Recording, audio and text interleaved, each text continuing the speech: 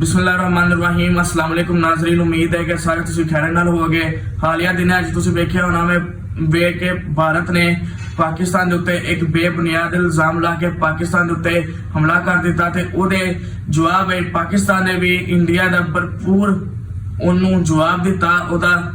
ते तुसी वेखिया कि दोवें जेहड़ियां न्यूक्लियर स्टेट ने ते इहदे उत्ते जेहड़ी आलमी दुनिया वे उन्हें भी अपनी एक नज़र रखी कि उन्हें इन्हां दोवां जेहड़े ने दोवें ममालिक ने उन्हां विच सीज़ फायर करवाता, यानी कि जंगबंदी करवा दी गई।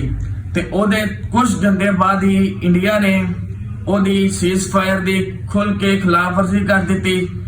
उन्हें बल्कि खिलाफ वर्जी नहीं बल्कि उन्हें जेहड़ा वे अक़वाम मुत्तहिदा दा जेहड़ा आर्टिकल है 4/2 जो कहता वे कोई मुल्क किसी दूसरे मुल्क दे उत्ते ताकत का इस्तेमाल नहीं कर सकता, उन्हें उस आर्टिकल की भी खिलाफ वर्जी कर दी है। तुसी भी समझते हो कि जदों सीज़ फायर हो जाए कि कोई मुल्क दूसरे मुल्क के उत्ते ताकत का इस्तेमाल नहीं कर सकता, यह माहदे की खिलाफ वर्जी है। बल्कि मैं समझना वा कि अमरीका जैसे सालसी जिन्हें करवाई है ओदे भी बेइज्जती है।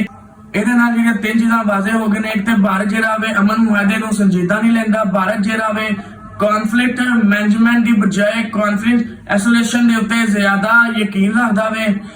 और सब तो अहम है कि सफारती तल्लुकात या सफारती मफादात जो तक भारत के हक च ने उदों तक ही मेरा एक सवाल है कि क्या आलमी दुनिया अमरीका इस मामले उत्ते खामोश रहेगा कि भारत तो ਇਹਦਾ जवाब तलब नहीं देना।